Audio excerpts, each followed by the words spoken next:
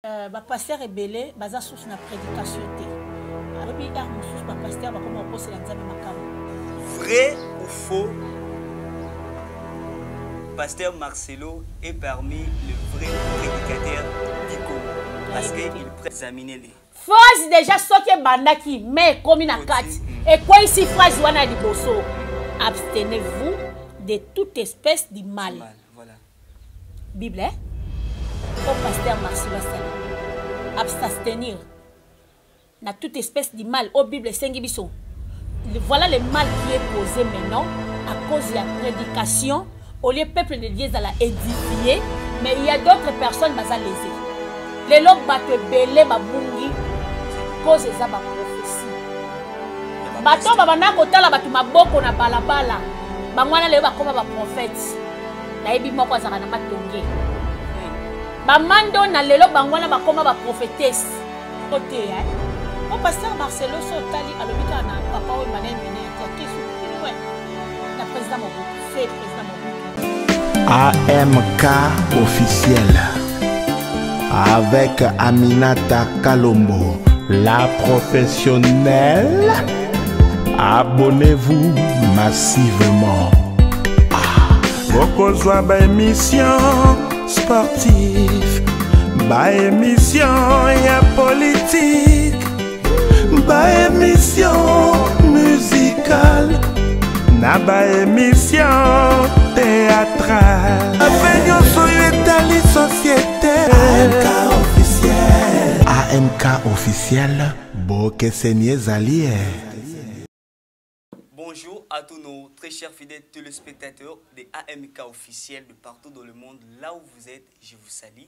C'est bien le bien moi, Plati Lukaou, votre humble présentateur de l'émission Parlons Vérité sur AMK officiel. Je dis un grand merci à nos mamans de Sursur. En tout cas, merci pour votre confiance et fidélité au sein de notre chaîne AMK officiel. Nabosani pete bandeko nyonso o basabona na kata chaîne oyo pour enfin kolandaka ba émission o wapi to proposera bango na kata chaîne o et puis na kobosa na pete liswa ba maman balobi une dame tellement sociale na kati ya AMK officiel na pesi yope bambote ebele. En tout cas, comme je vous ai toujours dit, à chaque fois, Toya Kanaba Etandoiki, Topé Inene Nabino, c'est juste que pour vous informer. Il y a tellement d'actualités sur Internet, il faut analyser naba analyse intelligente au wapi to sala kanaka ta chaîne oyo. Mais avec qui aujourd'hui? Avec Moko Yaba Abakou, que le mémé des Abakou déjà. Pour comprendre Moutouni Ninaza Koloba, il s'agit bien de la dame Miss Lolo Maya Mukamba. Avec elle, Neto Komekampe ko solanaye ba actualité, to mekampe ko analysant d'une manière intelligente.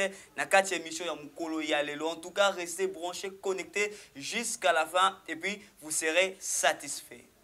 Voilà, elle est là dans ce plateau comme je vous l'avais dit au début et il s'agit bien de Miss Lolo, le mémé des Abakouk Maya Mukamba. Naïende toko mekampe ko beta masolo ko analyser d'une manière intelligente les actualités qui sont à la une. À qui je dis déjà bonjour Miss Lolo et puis bienvenue dans cette émission. Ouais, bonjour Plati, Lukaou, bonjour à tous nos abonnés de AMK officiel. Bonjour Naye Mokoli Soba Mama, Aminata Kalombo, na pesoba bisous et bilé.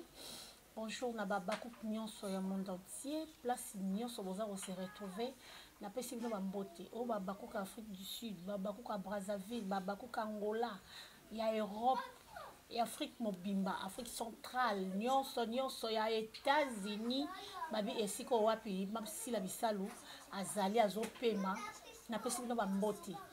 Mbote belé na maman Zozo ya biso moko, notre maman Zozo na ando to pesi mbote. Mbote na maman Garda Kidinda, ma maman chérie, maman prophétesse, na pesi mbote. Chouchou na nyota ya biso moko na Londres na pesi mbote.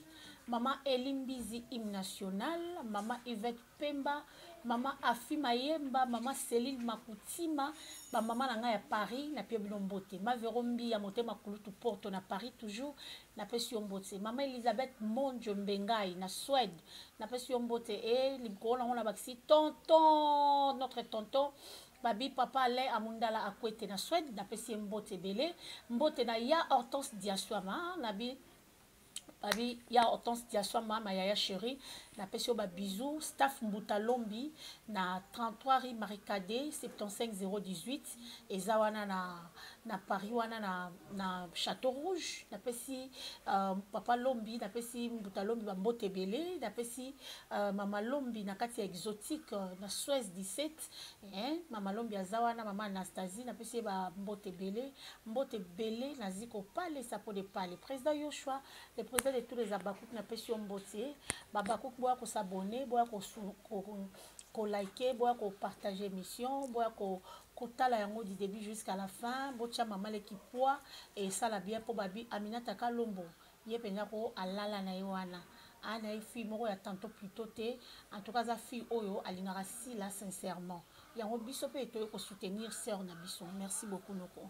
Merci beaucoup Miss Lolo et puis merci na bandegonyo so o bazui di baku ya kolanda émission o en tout cas je vous demanderai de vous abonner très massivement sur cette chaîne parce que beaucoup bandaka kozwa na bangonga nyonso ba information na kati ya AMK officiel. Miss Lolo, il y a tellement d'actualités aujourd'hui au Tokomegampe Kosolango na yoka ndenge to solango na lolenge moko intelligente parce na lolenge moko intelligent allez je dis parce que na yebi bien que yo vraiment olobaka très kitoko mais récemment il y a une actualité et outil collègue mais ça continue d'être argumenté jusqu'aujourd'hui. Il y a pasteur Marcelo to yebi biso bon so que mission o ba pasteur bazwa ezali yako édifier yako enseigner yako héberger peuple de Dieu pour que ensuite bazala ba hériter ya royaume des cieux. Mais aujourd'hui tokomi komona au lieu ba enseignement où ils na kati ya Bible te ya manakati ya l'église le pasteur commence à rencontrer les histoires de personnes na kati ya ba mateya yopota otanga ka Bible makasa en tout cas tokomeka pe ko to découvrir ngona yo est-ce que ce sont des choses où bien ami ko sale manakati ya l'église ou pas. Il en a eu des propos au wapi et lobami contre Papa Wemba na King Kester Emenea bato to yebi ke bazaki ba ikona makasi ya mboka na biso Congo démocratique na monde de musique non seulement musique et puis na monde sap o ba créer même mot la sapologie et cartonna Europe na ndenge moko sakanate. Alors aujourd'hui le pasteur Marcelo Aï a tenu des propos devant ba icône wana que bango bato ba détruire ba jeunes congolais na pauvreté. Pourquoi un jeune au lieu à Lugambongo à bomba à économiser à bâtir lobby nae baza ko dépenser ngona ba kecha cher bilamba cher et souka na ngota ngokufi na compte bancaire aux attendre le côté mais peut-être il peut y avoir raison aussi na ba propos nae. Bon, merci beaucoup Plati, merci na question tuninga na oyeb soka elo mobu oyebi er mususu ba pasteur ba koma ko sela nzambe makambo nzamba lobeli elo côté mais ya yo kosa ozo comprendre. Et puis, bah pasteur et belé, baza source na prédication té. Tellement baté mingi, baté qui on a le coso pour gagner ba âme, siko amaye, la qui sa âme zela nzambi. Bible ebi singai to juger té. Parti sous Bible lobby qui savez-vous que les saints doivent juger ce monde. Oso comprendre, car Bible lobby ne jugez point. Pour que vous ne soyez pas jugés. Toyeli sous ce lobby, savez-vous que les saints doivent juger ce monde. Mais là, la même Bible. Là, au jour de l'avènement du Seigneur, après avènement. Wana selon nini doctrine na yo ngana obetaka lisolo obibe komi pona sena ngo baloba iteke au jour de l'avènement ou après on comprend ngana olobaka ndenge Bible lobi po Bible lobi to bakisa te to longola te voilà babi de juger point pour que vous ne soyez pas aussi jugés. Et hier liso ebisingai savez-vous que les saints doivent juger ce monde ba posa biso question ozo comprendre ce que mutu nini to benga saint. Poto soto tali mingi na église na biso catholique bango ba benga ba santu ba o ba kufi mu santu ba benga kadesi ba nasi Sainte Thérèse akufa déjà mais aza sainte ce qu'on ngana oyeba ke mutu so sa kufi amna ye ezara susu na nzoto ote. Voilà. Akei kozela na séjour de mort place toros biso so torozala po tango basantu o bakufa bazala ressusciter poto kene biso so tout liboso papa. Voilà. Avant to sambisa donc avant de ma ba purgation so nini wana. Parce que mutu azana Saint-Esprit. Nde ba bengaka e saint. Qui a le Saint-Esprit? On se comprend parce que tout le monde presque baza ba hypocrite. Bazo la sabatu elongi a piété. Mais en soi, ils ne sont pas comme ça. Tout le monde, ou un pasteur, ou bien tout le monde en général, tant qu'humain. Tout le monde, na presque. Vous comprenez? Donc, na confirmé, et ça est certain. Parce que tu belé balobake, baza bassin. Mais ce qu'on va dire, tali caractère, il y a saint, on se comporter, au lembi nzoto. So tali ba pasteur et belé de ba se comporter. Oh, mais pasteur on t'attire à dimanche. Mais na quartier où il y a vendaka solo na batute. Na quartier où il y a vendaka soin na batu. Bana pasteur, on t'a payé au talimo na pasteur, on dit non. Ça c'est pas un enfant de Dieu. Voilà. On se comprend. Pour balobi nini, tozala ba imitateur ya Christ. Mutoza imitateur ya Christ a ko refléter image ya Christ. Voilà. Si ko pasteur, tango telemi, on lobi ke papa Wemba, mutabebe si génération o. En oubliant que la Bible nous dit que cette génération est corrompue et cette génération perverse. Ce n'est pas papa Wemba, mutaye ko détruire yango. Pour tous en attente de la fin. Tant de la fin, tous en âge à la Odyssée. Âge où il va te belé, bazana bango na katia, il y a babiloko la fertilité. On se comprend. Au moins même l'église, full, dès tout le monde a full wana. Tous en a trois sortes de bateaux, ba yaka kondi melanzame. Voilà. Tous en a dans ba brebis, tous en a ba bouc, tous en a full. On se comprend. Brebis ne wana des vrais chrétiens. Brebis a se fier à la biloko mokilité.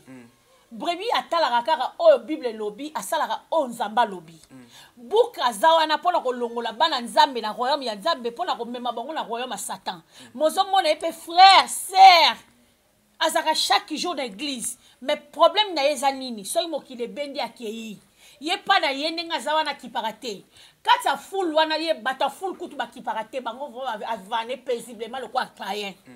Maya rapé église. Nga problème na ngeza nini? Obita uto so lingote pour pasteur Marcelo so tali alobika na papa o malin mini atia qui sont plus loin na président Mobutu fait président Mobutu à quel sont plus loin na ba mouvancier abengi bango bazaki na esprit ya serpent ya le singe abengi Mobutu azaki na esprit à lion et puis alobi sous plus loin que tant na kata lion nyoke bima ki nyoka bane ko ramper. Miss Lolo, est-ce que... Pardon, voilà, aussi ça. Au cas de inspiration, voilà. Nous avons un moyen de continuer. D'accord. Aux hommes, au évitant aux hôtés à la chair. Toboïté. Maté, nyon, surtout ma pasteur, matéaka, et ça la carte qui a inspiration divine. Pour ça, total, mingi, babette la ma solo, il y a ma musicien, mokili, babette li solo, nze momoro boye na boye. Parce qu'un pasteur, un homme de Dieu, il faut avoir le discernement et il faut avoir la sagesse. Il y a lancé message dans le public. Et puis, papa n'a biso Marcelo. Tellement qu'il est hautain, arrogant, orgueilleux. Même pour le papa Wemba, a boycotté le Wemba. Wemba, ce n'est pas son ami. Logiquement, par là, papa Wemba, c'est Marcelo. On se comprend. Pasteur Marcelo, ce qui m'a dit, c'est Marcelo. Na cher azote Marcelo. Alors, c'est pas un monté. Parce qu'ils ont mérité le respect, il y a qui pasteur. Est-ce que comme Mboka Bachaka on a Liboso? Nabiboy. Nabiboy. On peut dire ça. Nabiboy. Papa Wemba. Papa Wemba. Ce qui est le but est comme Mboka Bachaka na yayate. Mais on a tout le papa Wemba. Voilà. Yo soko lingo benga papa na bino plati. Obenga e lukaute. OK. Obenga e papa lukao. C'est un signe de respect. Déjà, quand on a mutu Wemba, du haut de la chair, il y a un manque de respect vis-à-vis de Mokolo. Mutu asi akufa. Azasu na vite. Pour nani ko yako zoka exemple ya papa Wemba, o ko loba ke ye mutu, asali ke bate bele ba kufa batika mapanguté. Vrai ou faux, est-ce qu'il a eu tort? Na ba proposer na kaka ya papa Wemba toza na wana, vrai ou faux? Na biboye. Ngana loba bien. Pona ko loba likambo moko boye. Il faut zala na ba faut ça la penya investigation. So ka lobi ke papa Wemba abane ko soma bilamba ya $10,000 azotika aboyi kosomba atiki compte vide. Est-ce qu'il y a yebi compte à Papa Wemba? Bilamba o Papa Wemba bande ko lata ayebi ndenge ni bande ko zwama. Papa Wemba zaki mannequin. Bon, yé pasteur Marcelo. Yem ta memeli biso piété. Hein? Asali nini dans la RDC. Asali déjà nini. A changé nini na génération oyo. Ce qui réellement ça mosala nzambe ya solo. Asa na souci ya peuple de Dieu ça l'a changé. Te ya biso parole de Dieu. La qui sabiso comment marcher dans le Seigneur. Montre-nous la voie que nous devons suivre. Ndenge Pierre a yebiseki Yesu. Montre-nous le Père et cela nous suffit. Yesu alobi depuis que nazana bino boyebi teke soki muta yebi ngai ndale ayebi papa. Biloko mosusu to ya gate pour mona ke un Marcelo atei. Bah bravo. So tali bien bandimi ba ndolo ba penya amen makasti. Oh. Et puis alobi que si vous êtes de sa famille, wane tali ngaite. Avec beaucoup d'arrogance. Or, Bible dit Dieu résiste aux orgueils, il fait grâce aux humbles. Papa Marcelo a l'eli si bana ya Papa Wemba. Nalandi signé Poitiers. Azon loba Marcelo faut aller kasenga papa na biso pardon et puis il faut ça Papa Wemba. Papa Wemba né en 1949. Pasteur Marcelo zana ajni. Tala so tali signé Poitiers azamukolo. Pasteur Marcelo zana ajni. Non, faut pas toi côté à Batou, les comment existe et ça na bongo te yo te à Batou bongo. Ko ko loba ke papa Wemba muta memi esprit ya muta la te la ma $1000 pour na compte nes à la vide. Moi je ne pense pas que na consommer la ma $1000 na tika compte na vide. Je ne pense pas. Mais ce qui peut tout ça, les moi constat qui na vie réelle. La plupart des personnes ont dépensera beaucoup plus na habillement, habillement élégant, na vie bazarana elo ramalongati. Au moment où la taka danser, mais du point de vue vie réelle, azapena na mbonga malongati. Alors pourquoi tout dépenser na kolata? Peut-être qu'il peut avoir un peu de raisons na concept wana. Non pas aller plus loin, toucher la personne de Papa Wemba, mais na concept wana oyonga na zolobela. Pourquoi beaucoup plus dépenser pour là ta bien obima élégant alors dans ta vie sociale aux alana na fortunité. Totanga verset biblique oyo hein. OK. Oyebi mutu soko zoteya. Message d'ailleurs il faut la lier na parole de Dieu. Totanga la 2 Timothée 3. Là au bandango na 1. Voilà. Sache que dans les derniers jours, il y aura des temps difficiles. OK. Car les hommes seront égoïstes, amis de l'argent, fanfarons, hautains, blasphémateurs, rebelles à leurs parents, ingrats, irréligieux, insensibles, déloyaux, calomniateurs, intempérants, cruels, ennemis des gens de bien. Traîtres, hein? Voilà. Vous plaît. Oui, commissaire. Traîtres, emportés, enflés d'orgueil, aimant les plaisirs plus que le monde, ayant l'apparence de la piété, mais régnant ce qui est en fait la force. Éloigne-toi de ces hommes-là. Au Bible, au Bible, m'telobi. Voilà. Sache que tobandaki on a 1, on a ceux qui on a 5. Vous comprenez? Sache que dans le dernier jour, il y aura des temps difficiles. C'est ce que nous constatons aujourd'hui. Sauf que plus loin la Bible, la Bible dit que Sabiso n'a pas commandement au Moïse à Yakanango. Oh, il n'a pas ça qui Moïse. Alors, toi enviété. Ok. Vous comprenez? Oui, et là, quoi, ils ont mon mokili. Et ça envie. Ce qui est un pasteur Marcelo, il y a un verset biblique, il y a 2 Timothée 3, ou soit il y a parmi les 10 commandements de Dieu, convier et ça les soumou, ou soit il y a les désirs de la chair, na Galate, à même na Galate, na comprendre que pasteur Marcelo a été biso parole. Mais na ba propos na envie pourquoi vous touchez sur l'envie? Il n'y a pas l'envie dans ces propos. Pardon. Toye aw. Na Galate 5, na verset 19. Or, les œuvres de la chair sont manifestées. Ce sont l'impudicité, l'impureté, la dissolution, l'idolâtrie, la magie, les inimitiés, le querelle, les jalousies, les animosités, les disputes, les divisions, les sectes. L'envie, l'ivrognerie, les excès de table et les choses semblables. Je vous dis d'avance, comme je l'ai déjà dit, que ceux qui commettent de telles choses n'hériteront point le royaume des cieux. To continuer. To kiti na 22. Bible est singa boy. Mais les fruits de l'esprit, c'est l'amour, la joie, la paix, la patience, la bonté, la bénignité, la fidélité, la douceur, la tempérance. Oso comprendre, ah, la Bible est, hein, la 23. La loi n'est pas contre ces choses. Pasteur Marcelo, aza pasteur oyo ayebi Bible kolekanga. Oso comprendre parce que y est après chaque duo de la chair. Babinini les œuvres de la chair. Mais baye kolobanini na 22 ce qui 23. Mais le fruit, na 22 babi, mais les fruits de l'esprit, c'est de l'amour. La paix.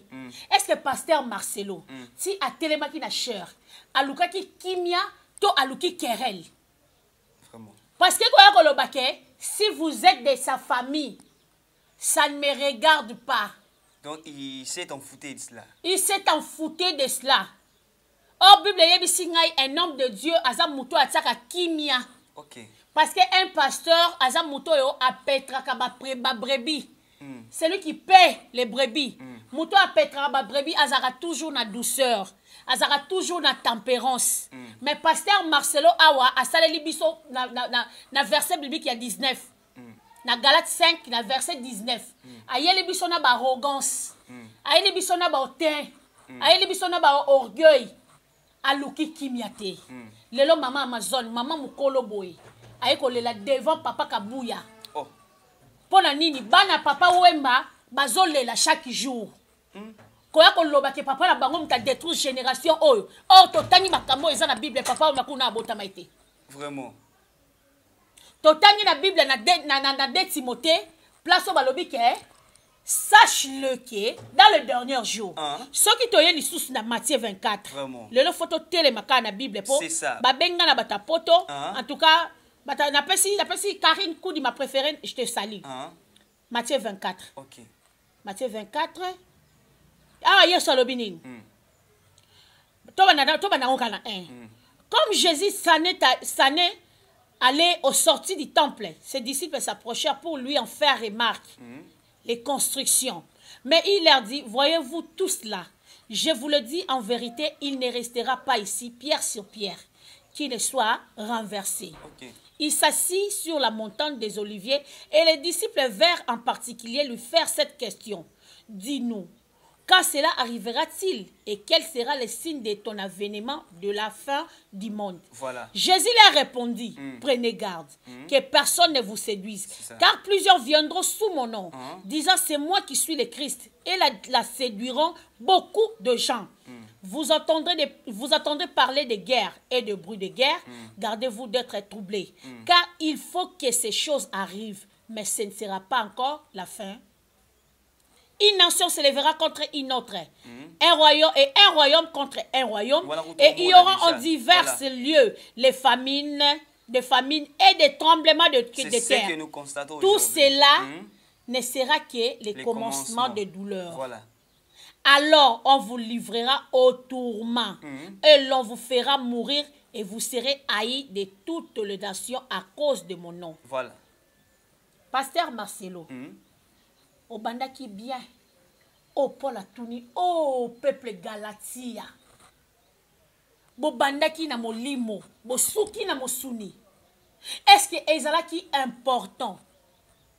Pasteur Marcelo a koye bisabiso emsu makambo zamba lobité. Pourtant, quand je mets ta histoire aux États-Unis, j'ai compris que pasteur Marcelo et Zaki Nzambete, bah vrais Américains, ce sont des Indiens. Bah Indiens, on va demander qu'on l'a ta masala wana. Les Amérindiens à l'époque. On va demander qu'on l'a ta masala. C'est ça. Na air ya guerre, bah Américains, oh lelo, bah pesaka bango bah boulangeti ya poison. Malili tellement Zaki makasi côté bango bazalaki wana so ba fini ki yango bazokufa. Histoire ya Congo peut-être pasteur Marcelo a bien ou bien té. Ah bon? Il faut avoir tous ces ressources à Bien sûr que tu es pasteur, mais c'est documenté dans ma documentaire, dans ma livre. Tu es dans ma librairie. Faut pas venir embrouiller les gens. Tant que ma envie ba oloba awa ba tu ba la fanfara mis de l'argent. Est-ce que ça m'a papa ou et ça c'est qui est écrit dans la Bible. Yem sangangane na zaboy. So mutalobi nanga je vais t'acheter iPhone 15. Na esa mutala pe la vérité ko sombela ngate. Omoni mbongo ngo sombela nga iPhone 15. Tinde nanga je vais faire na sala ngo ba faire. Ya solo yo salanga. Na sala ngo. Na mokila lelo. Na ko sala yango parce que je n'ai jamais été en yangwana. To ken envie. OK. Papa même baza star. Azalaki. Oui. Azalaki star. Ce qui maison moko boye et ça a besoin bimisa elamba. Bako benga ye tant que star a lati yango a fait yango promotion batu ba ko somba. Mais na ndimi tenga. Omoni nga Miss Lolo. So na moi $10,000 nanga. Na ndimi te na somba lamba $1,000. Na ndimi te. Bon, ce qui n'a comprendre bien, bilamba ya luxe au papa ou ma bande rolata et ya propre mbongo na été. Papa ou bazalaki mannequin, azalaki mannequin.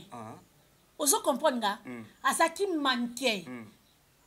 Abando travailler na Peter Gabriel. OK. Et c'est na bina yo hein. Mutu même Messi. Ba Messi baza ba star. Mais ba footballeur. Soneti Nike linge sala vareza sika. OK. Bon, mec, ça, on a. Bon, pour entre Messi et Ronaldo. OK, tout le monde a un coup déjà, bah, ça là. Mais, Nalobi, Rihanna, Bazawana, va présenter à Bilamba. Mais comment un pasteur, au bout de Fotal Sabatouké, et comme ils ont les soumous, qui pédé ou épanzali léon na kati ya l'église, il y a aussi des pédés ou bakena ko bonde là. Vraiment. Pesa biso Lévitique 18, tu vas comprendre que eza mabe. Parce que quand dans Zambé mataki pour les soumou ya Sodome et Gomorre, chaque jour on a belle lango, oyebi combien j'ai dans nazai. Nga ba yinanga pour la verset biblique ya Lévitique 18. Vraiment. Est-ce que pasteur Marcelo a koki kotali sa tête qui lesbienne na qui pédé bon kendeli felo. Pour cette abomination. C'est ça. Quoi que ça dit que papa Wemba est mené à m'ta comme si le jeune garçon est-ce que mené à m'ta tiné ba le croyer so mené à bandolo ba ya za m'ta scanten mutu so alinya landa ndenge mené à bandé koloba c'est son problème. Moi je fais na sala part nanga na sala wana te pona ke de kolanda o mutu azo sala mais non. Un peu moins concept belé ozolo ba déjà bien inspiration na ekimate. Bon, peut-être ndenga moni mode de vie ya ba jeune actuel ndenge komi ba jeune balingi sousouté ko économiser pour gagner plus. Donc le peu au jeune à kozwa, il faut faire dépenser on a bilo cher ou éco rendre de plus en plus pauvre. C'est peut-être par rapport à ces concepts. Toi exemple moko typique hein. Quelqu'un qui te dit qu'il est pasteur Nazana kata faillite. Bonne la ponanga. Pasteur ozo senga action de grâce ake sumbango. Wa yo pesa yo. Ba pasteur o ba telebisa bandimi.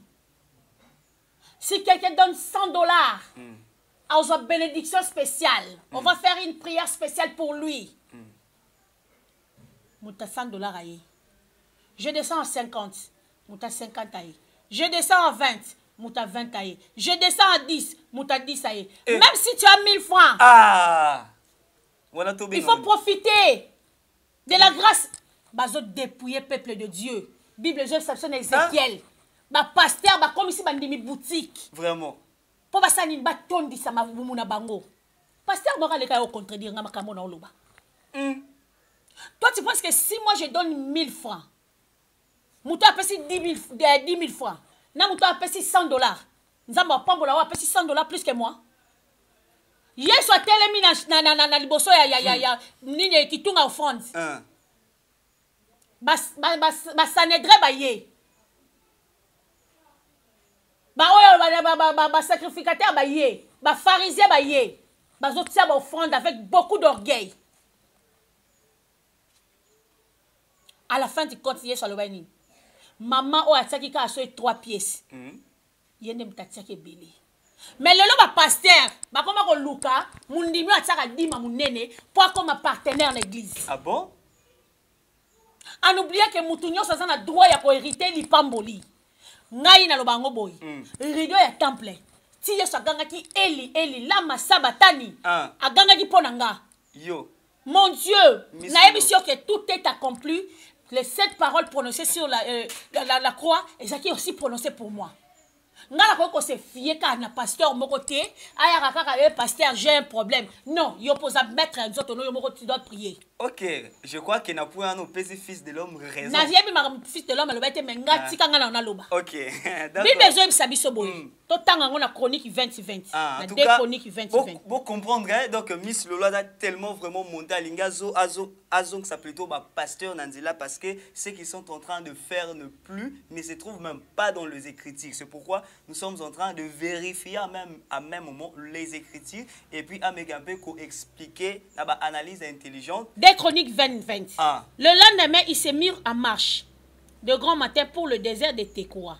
À leur départ, Josaphat se présenta et dit: écoutez-moi, Judas et habitants de Jérusalem. Confiez-vous à l'Éternel votre Dieu et vous serez affermis. Confiez-vous à ses prophètes et vous réussirez. Elinkolobate. Ce Bible confiez-vous à ses prophètes, vous réussirez. Wana. Fonayaka tout le temps que ça prophète mbongo. Vraiment. Babi, il est doux et agréable hein, que de frères de demeurer ensemble. C'est là où Dieu fait couler les bénédictions. Si j'ai un problème, tu es mon pasteur. Okoko Idenga, moi, je vais te donner témoignage nanga. Nga la bande ko souffrir. Tant que na zemi ya Daniel. Bientôt Daniel a okoksa 9 ans parce que azana 8 ans. Voilà. Naeba ki dans nzambe ne nayebi eboité. Église nanga place na sambelaka. Oyebi pourquoi j'aime beaucoup mon pasteur. Pasteur nanga José Kanyeba que je sali. Na fondation ya José Kanyeba changwa avant. Abande ko lesanga. Mon pasteur à moi. Ano benganga maman Micheline, j'ai besoin de toi. Yaka ndako. Na okende bwa kati tala fufu. Tala semoule. Bitoyo, ndakala, $20, maman Micheline qui est là na bana. Circoncision à Daniel Mbongo et une église na biso. Tout ça combien? Tout ça belleté. Donc un pasteur qui s'occupe de ses fidèles. Na yebi sio que pasteur na biso. A comment na niveau bimisa mbongo apesa ngana bana oteka. Na so ebisao, yango ngaso na mbongo na nga. Na opesa mon pasteur. Na kenda ka église bikende la te. Oh, église, moi, je vais inviter. Si je vais inviter à l'église, je vais inviter à l'église. Je vais inviter 1000 fois. 1000 fois, na pesa pe mabonzaka mbongo sika. Siko wana okendaka pona ba pasteur ndenge baza lokola ya yote okendaka pona nzambe. Ngai église on na sambelaka na mona ngona vision. Ozo comprendre. Et cette église nzambe atindanga na église wana. Nzamba ibisanga boye, ma fille Micheline, au panza sangwa nzambe partout dans le monde entier. Ça c'est la parole que ma prophète ma pesanga. Ma pesanga ngona âge à 14 ans. Na koli na zokola, na prophétie kutu, nga komba na ngebana na âge à 6 ans. Ah bon? Na 6 ans batu babanda omena senga ba combattranga. Babanda luka mutu na nga na âge à 6 ans. Voir même temps na belaka makasi na hôpital net ozalaka wana bana nyonso tu bazala na hôpital bakufa nga na kufa na lamuka. Ah bon? Na 6 ans. Na 6 ans. Ba monaka étoile nanga. Yango ndezaka menancer ti lelo. Mais tellement que nzamba linganga mingi. Ngape na linganza me makasi. Yango moni ti lelo na za envie. Ya nzamba tia biloko ebele kati nanga. Alors par rapport à la prophétie qui vous a été donnée, c'est déjà accompli ou comment? Qu'on prêchait déjà des versets bibliques partout dans le monde entier. Il y a d'autres personnes dans notre émission basées sur versets bibliques. Ah bon? Quand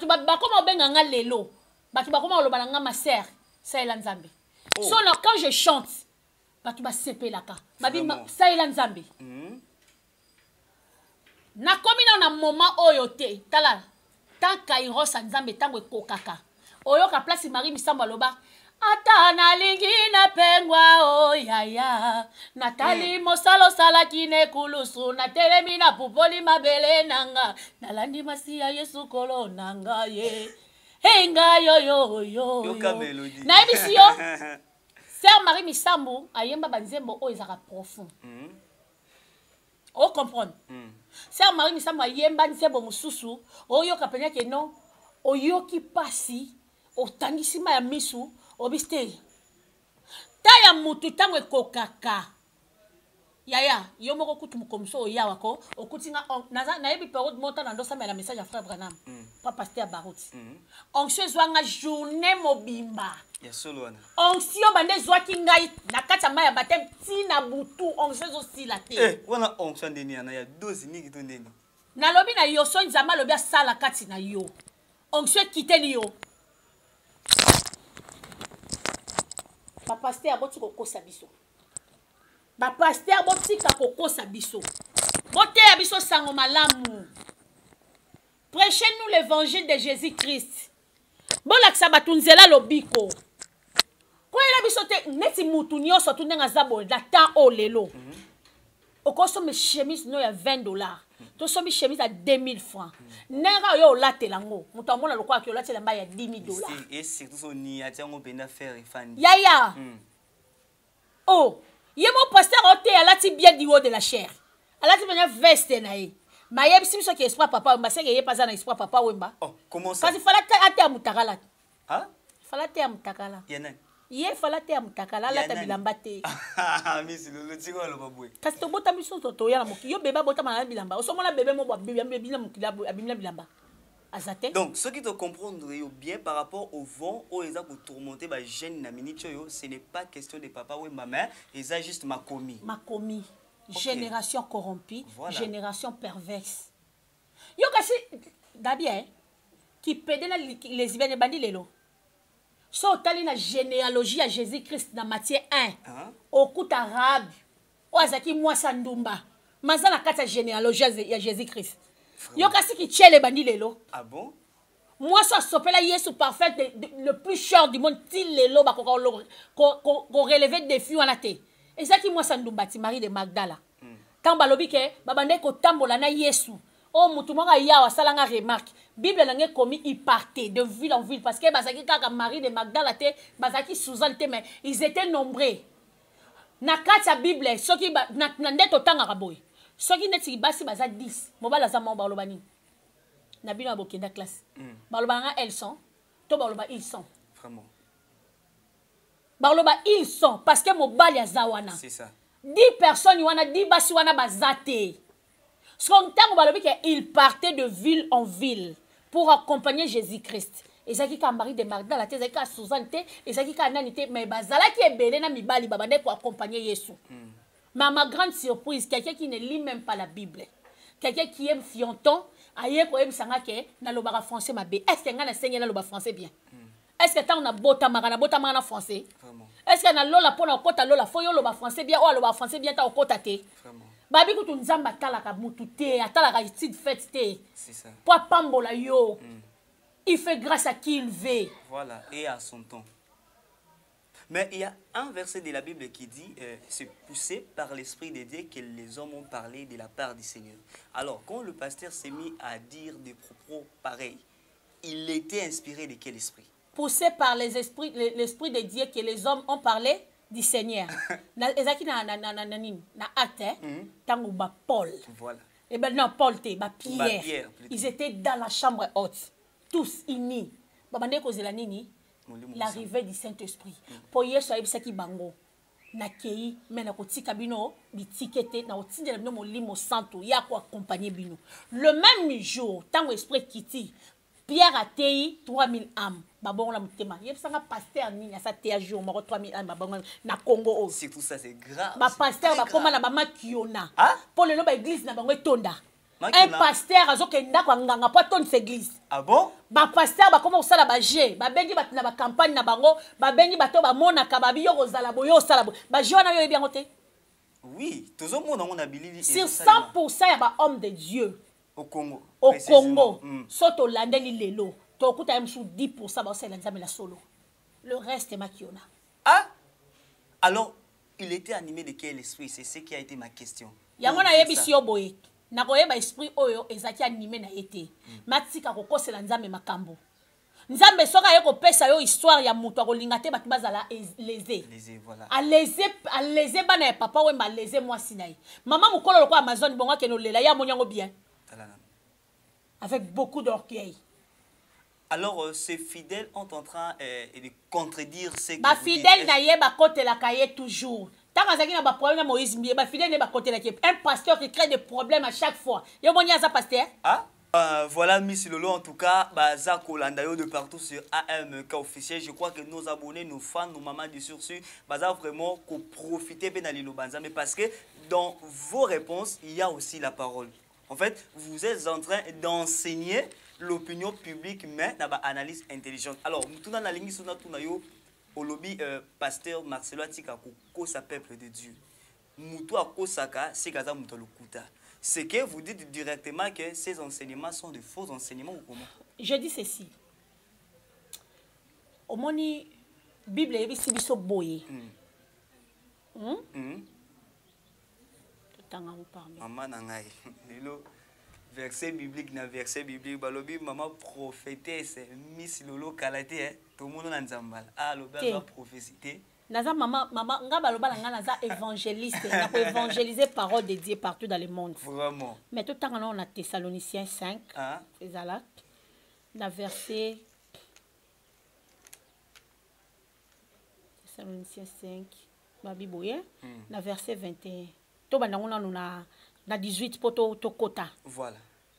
Babi, rendez grâce à toutes choses car c'est à votre égard la volonté de Dieu en Jésus-Christ. N'éteignez pas l'esprit. Ne méprisez pas le prophétie. Mais examinez toutes choses. Retenez ce qui est bon.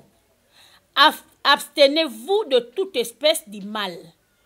Abstenez-vous de toute espèce de mal. Voilà. Bible, au pasteur Marcelo Sali. Abstenir. Na toute espèce de mal. Au Bible, Sengibiso. Voilà le mal qui est causé maintenant à cause de la prédication. Au lieu peuple de Dieu à la édifier, mais il y a d'autres personnes qui sont lésées. L'école la prédication. Bible lobby, examinez nini le prophétie. C'est ça. Babi ne méprisez pas les prophéties, mais examinez-les. Phrase déjà ce qui est bandaki, mais comme une carte. Et quoi ici phrase wana liboso. Lelo bato ebele babungi cause eza ba prophétie. Bato babana kotala bato maboko na balabala. Bangwana lelo bakoma ba prophète. Na yebi moko azaka na matonge. Bamando na lelo bangwana bakoma ba prophétesse. La plupart. Ya chaque jour quand nzamba lobaka. Aïe aïe. Nzamba loba chaque jour te. Biso oyebe loko to sala nini? Moutou a bondela pendant 2 heures du temps. Mais yo zo bondela. Bible dit prière ezali dialogue d'un chrétien avec son Dieu. Mais yo zo sala dialogue bondeli yo moko sisi amen amen olali ozali nzamba répondre te. Ah bon. Oh, si il fallait doser la ratoyo kanzambe à même moment on prie ou comment? Mais quand tu pries, il faut laisser aussi le temps d'écouter. Au pesi nzambe requête na out. Prier zarani. Quand tu pries, yo priani. Tant yo zala sincère, tant yo bonde la rose, o bonde la ni. Ki yo zala kande o zaboye. Plati moko boye mutamakolo boye na boye. Car Bible me dit que je connais les projets que j'ai formés pour vous. Les projets de bonheur et non de malheur. Si ko yo projet wana bonheur et kokisama na vie na ote, il faut qu'on écoute. Bible le dit écoute ce que l'esprit dit aux églises. Écrit à l'âge de l'église de Thyatire. Écrit à l'âge de l'église d'Éphèse, de Laodicée. Mais ba souksini babi que celui qui a des oreilles pour entendre écoute ce que l'Esprit de Dieu lui dit. Miss Lolo, toujours qu'il y a des malais maintenant chité. Voilà, avant de clore notre dossier, na lingi pena profiter na tout. Est-ce que y a des jours où quand Zambé tant ou Sambela? Papa, so na quand Zambé te, mais na continue à bonde la terre. Au moni songani, au moni ngane la zabwe. Nga kutu na ngana ngate mutayi la nga prophétie le la nga prophétie lobby. Pour ngai moko Bible yebi singa na Corinthiens. Apesi mutu na mutu don spirituel. C'est ça. Oh, na Joël balobi nini? Dans les derniers jours, nzamba ko kitsa molemo na ye na bana mike na mikolo ba kaboli. Voilà. Vos vieillards auront des visions. Vos fils prophétiseront. Même sur mes serviteurs et mes servantes, je répondrai de mon esprit. Voilà. N'est-ce pas ça qui est la Bible et l'obit? Si quand je dis sangai, les loba est pas sur prophétie et koki samité. L'obi prophète est sur prophétie et koki samité. L'obi ana donc hier aya kaka na prophétie aux yeux action de grâce au péci profession ko samate. O le mazoto te na o le mbanzoto. Même ba Pierre tant ba bando tambola na Yesu. Batuna ki Yesu neto olando to zwanini Yesu ese ba même Renard aza na place ala la ka menga mwana mutu na le sikate malobi o arondima nga na za zela o bo mo ipelo biko muta ondimela nga o mona vie éternelle bongo te c'est ça to sam excusez-moi cher internet soki to sambelaka eza poto hériter royaume des cieux neti ngai na ko ko bando bonde la Yesu te po na yiki na suka na ona keli felo na sala ngote mi vana sumu kala nga na sala nga basumu ona yiki na suka na keli felo mais le ko la nga na bible singa chercher premièrement le royaume des cieux nyoso ya na simba eloko na lukana liboso bomo ya Yesu ya likolo. Alors les enseignements actuels de nos pasteurs est-ce que ça ba matière ou ils a préparer peuple de Dieu pour na lola te ba pasteur ba bungi sa peuple de Dieu babi malheur na muto a la pierre d'achoppement malheur. Ba pasteur rebelle ba bungisi peuple de Dieu. Tellement pasteur ayebi que muta dadi qui phénomène dadi obenga mutu dadi muta on pa matao. Ah ba pasteur rebelle ba bimaka na ba fille. Ah bon? Ba pasteur rebelle bo bongo la mitema Yesu azoya. Ba pasteur rebelle ma sœur mususu ba na église abimanga na pasteur. Ah bon, ça c'est lourd. Ma église. Pasteur ba église. Amanda ma pasteur. Atelemi pe na cherote. Pasteur ota pasteur to zaine lobby. Aïe. Ba pasteur ebele ba kendaka boîte de nuit. Nzoto malili. Na isalo malili te. Alors yo mon enseignement comme kaka abondance. Tu hériteras okende poto visa na te. Extrémité de la terre. Bible dit dans la Psaume 2. Je te donnerai en possession les extrémités de la terre. Vraiment. Alors, ba pasteur o baza ko kamba ba pédé na ba lesbi na kata d'église na bango. Ba pédé ba ela bango na ba dib na ba offrande. Lesbienne na yeli pasteur 10 000 offrande. Pasteur o koka koloba te parce que moi mondimi atela ko ba 5000 ba $500 ya offrande. Donc ba pasteur ba komi kolinga beaucoup plus mbongo que amama. Tout dans la Bible. Oui. Sache-le que dans les derniers jours batubosani ba comme amis de l'argent. Amis de l'argent. Irréligieux. PDO a kokene li felo. Mais ko apesa ko mbongo ozo koka ko ramener na vérité. Batu ba comme irréligieux. Irréligieux zanani. Asa muto ya na église masambela te. Pour Bible formation de soto zapenya boy. Bana Israël ba souffrir 613 commandements. 613. Mais biso to vivre la taille à grâce. Et puis 400 ans na boumbu. Na Égypte. Nzamba yebisaka ngo déjà, ayebisaka déjà Abraham. OK. Peuple no ba sala 400 ans. Alors pour que nous déjà na kochité na sujet ngo lelo moi si papa Wembake comme na secrétaire général ya parti où ils ont na pouvoir IDPS que a lobela vraiment natina ya likambo d'après yo Mr Augustin Kabouya pour réagir devant cette situation pardon d'après yo parce que na yebo au sala ba analyse moko et tombaka juste d'après ngai sur le lobby d'après nga c'est que na yebi déjà